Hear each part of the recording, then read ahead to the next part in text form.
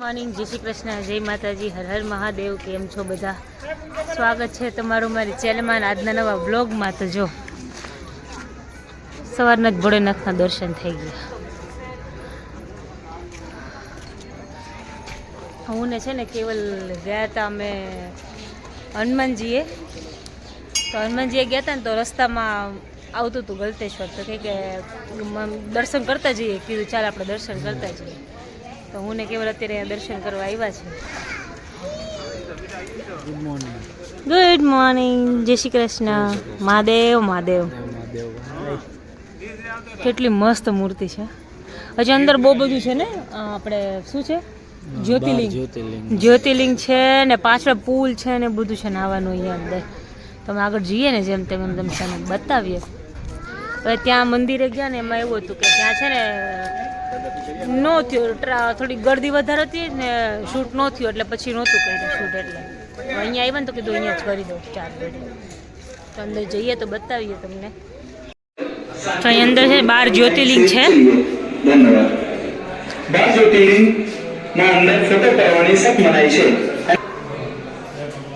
અહીંયા છે ને ફોટો પાડવાની મનાઈ છે, પણ ખાલી એમને વિડીયો લઈ લઉં છું.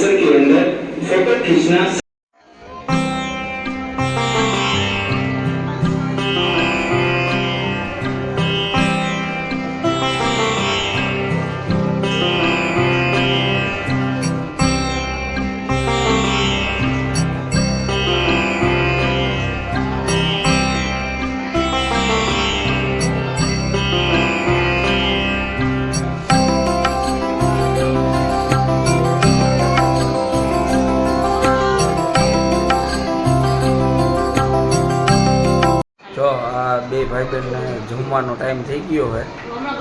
ચા હારે બસ જમવા બે જવું છે. તમારે જમણ વાળા જોવે.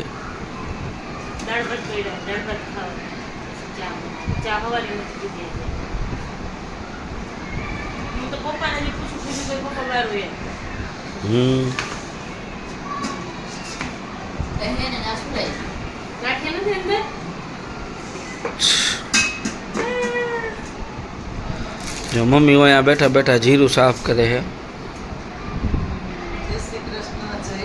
જય શ્રી કૃષ્ણ.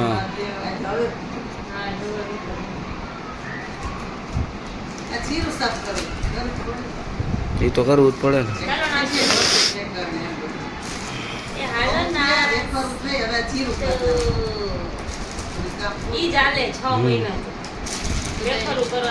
મસાલા લેવાના, ઘઉં ભરવાના, ચોખા ભરવાના. 6 મહિના નો થાય કઈ. કેટલું થાય? 6 મહિના થાય ને બધું. 2-3 મહિના પાકું ને.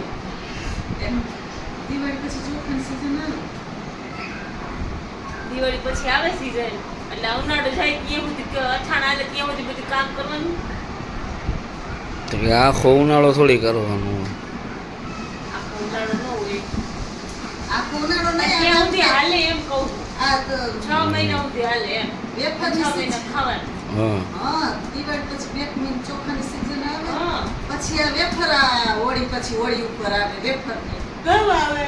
પછી ત્યાં ખોપ આવે. પછી અત્યારે મસાલા આવે અને હવે 2 મહિના પછી અથાણા આવશે. અલગ અલગ જાતની વેફરો કરી દે. દિવાળી કરીને પછી વેત કરીને પાછી બીજી ગત કરીએ એટલે એવું થાય ને. એમ થાય વધારે. હા એ છે. ઓલી હમણાં મોબાઈલ બનાવી છે બટેકાનો ચૂંદો કરીને બનાવી. ક્રશ કરીને કાચા બટેકા ક્રશ કરીને રીંગણું કરીને વેફર બનાવી છે. યુટ્યુબ માંથી જોઈને. સુકાઈ તો કઈ છે હવે તળશું ને ત્યાં દે. 2 બટેકાની કેટલી 50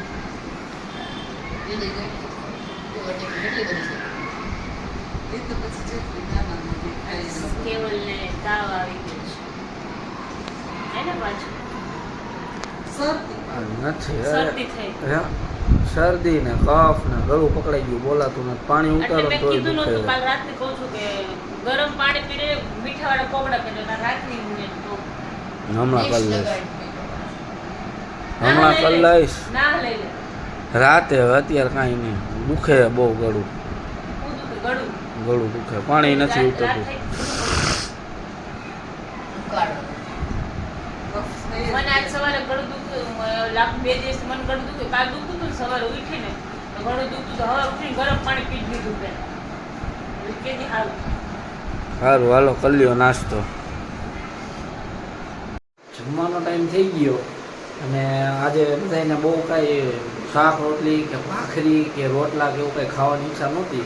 તો જો તપેલું ભરીને મમરા કર્યા. હા એટલે ભેળ એમ, મમરા તો એ કર્યા પછી એની ભેળ બનાવી એમ. કાંદા કાપતા ભૂલી ગયા. હા, કાંદા કાપવાના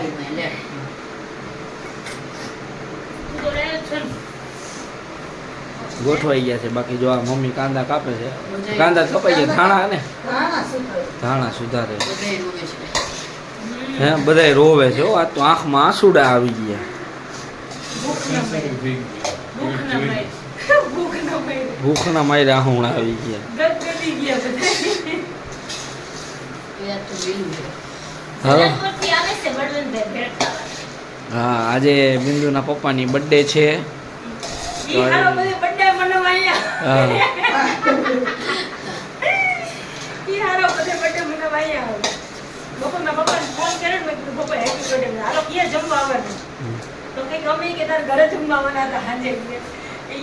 સભામાંથી કે સીધા બિંદુ ઘર બે વાગે તો યાર જમી લઈશું. અહીંયા આવતા રહ્યા કીધું બીજું નાના કે મમ્મી કે ઢોસા ખવડાવવા હે અને કે પછી કે તાર ઘર બેસવા આવું કે બેસવા.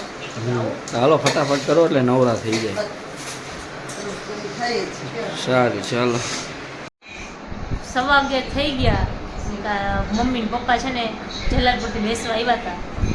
આજે મારા પપ્પાની બર્થડે હતી, બેસવા આવ્યા હતા. અત્યાર સુધી બેઠા ક્યારના આવ્યા હતા એ લોકો તો. પછી વાતો કરતા હતા ને એટલે વિડીયો ન બનાવ્યો. મેચ જોતા હતા ને બધું. આજે છે ને જો કેવલને પાછો તાવ આવી ગયો છે. બધું ગરમ ગરમ થઈ ગયું. કેવું આ બધું ગરમ ગરમ છે.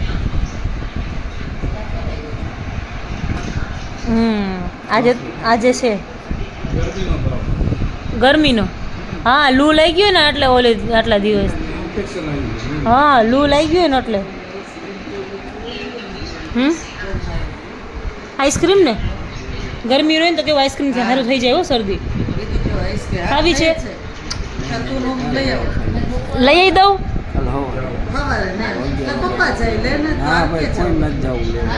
પણ સારું થઈ જાય. અત્યારે આખી રાત ખાન તો ખબર પડી જાય. હું લઈ આવું.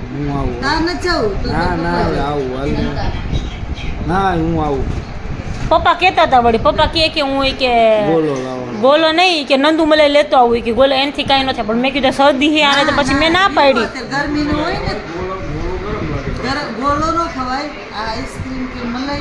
મેં પપ્પા કહેતા હતા વળી મેં ના પાડી. મેં કીધું નથી લઈ આવું.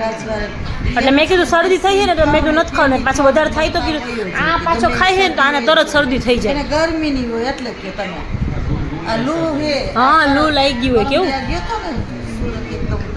હાલો આપણે લઈ આવ્યા. આઈસ્ક્રીમ લઈ આવ્યા.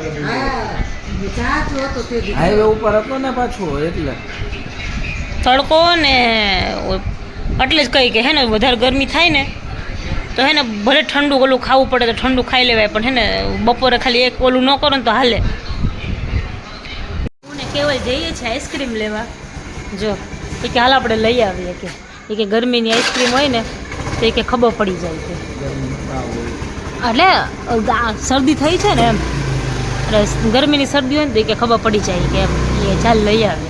તમે બે જઈએ આઈસ્ક્રીમ લઈ આવ્યા. કેવલ કે કટ નથી કરવી કે સીધી જ મૂકી દે કે બધા ચમચી જ માંડીએ. જો હા આમ રાખતો કેવું. અને હું પૈસા બતાવો તો સાહેબ, બતાવો જલ્દી જલ્દી. જો ઉપર એટીએમ માંથી કેવલે પૈસા પડે ને તો કડક કડક કડક નોટ નીકળી મસ્તની. જો ખુલ્લી ખુલ્લી થાય ને એવી કેવી સરસ છે. ચાલો બાપુ.